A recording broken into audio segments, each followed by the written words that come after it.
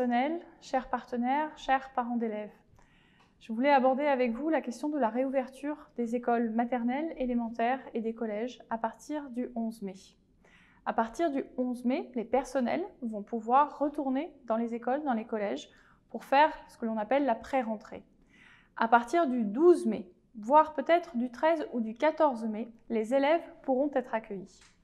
Cette réouverture marque un moment important dans cette année scolaire atypique.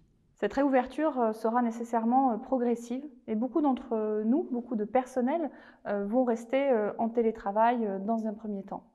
Mais cette réouverture doit se faire et elle doit se faire avec un impératif et une aspiration.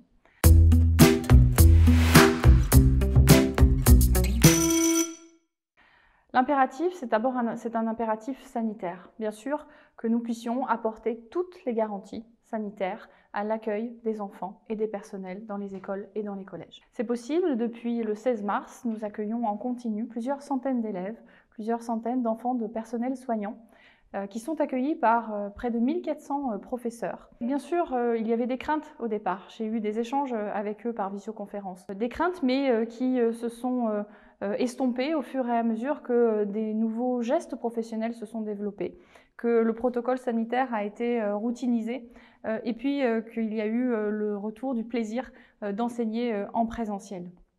C'est possible aussi parce que, vous le savez, le conseil scientifique est placé auprès du président de la République, a émis un avis sur lequel, à partir duquel ont été construites des fiches sanitaires très concrètes, très précises, publiées, donc disponibles à tous, et qui vont nous permettre d'envisager concrètement cette reprise sous l'angle sanitaire. Alors ces fiches peuvent paraître complexes, en fait elles sont basées sur 5 grands principes.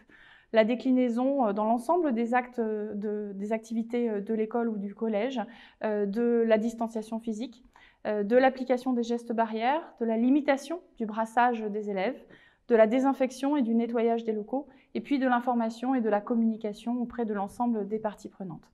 Et puis enfin, un certain nombre de matériel sanitaire va arriver dans les écoles et dans les collèges, des masques, des gels hydroalcooliques pour les personnels, des lingettes désinfectantes, des thermomètres à distance.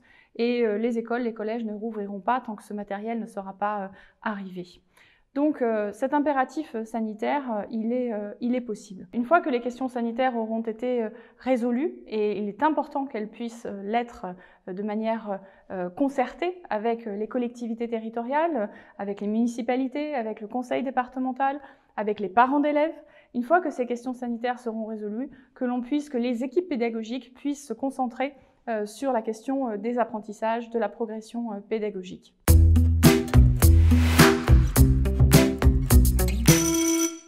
Alors bien sûr, les parents pourront choisir de scolariser ou non leur enfant. Mais je voulais aussi attirer votre attention sur le fait que cette réouverture des écoles et des collèges, c'est aussi une aspiration. Une aspiration à ce que la vie reprenne son cours, à ce que donc les enfants reprennent le chemin de l'école. L'école, bien sûr, ce sont des apprentissages, mais c'est aussi la vie avec ses pairs, la possibilité pour un enfant de vivre sa vie d'enfant avec ses pairs, avec d'autres adultes que ceux de la famille. C'est aussi une liberté pour les parents de pouvoir travailler. Chacun a bien sûr compris la nécessité de fermer les écoles, les collèges et les lycées. Mais regardons la situation. Même avec l'enseignement à distance, les écoles fermées, ce sont des vies d'enfants, des vies d'élèves, des vies d'adultes qui sont en pause. Et donc, envisager la réouverture des écoles, c'est envisager que ces vies grandissent à nouveau.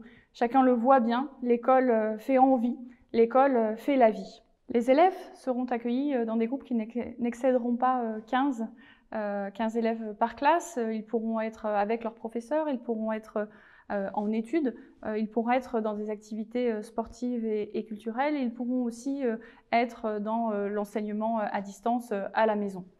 Ce qui est important dans cette reprise, c'est la dimension pédagogique. C'est une reprise pédagogique.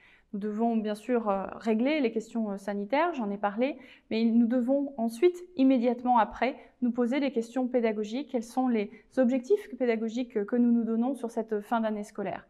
Et pour cela, eh bien, quand nous pensons aux fondamentaux de l'école, nous pensons à des élèves qui sont dans un groupe classe avec leurs professeurs, avec des apprentissages et avec des objectifs pédagogiques. C'est cela qu'il nous faut reconstituer sur cette fin d'année scolaire et véritablement nous poser ces questions en termes de progression pédagogique et voilà, terminer l'année scolaire. Alors, ce qui est devant nous va nécessiter souplesse et pragmatisme. Toutes les écoles ne rouvriront pas, peu d'enfants les fréquenteront et certains personnels fragiles devront rester chez eux. Mais ce déconfinement progressif, c'est le début d'un retour à la vie normale. Je vous remercie.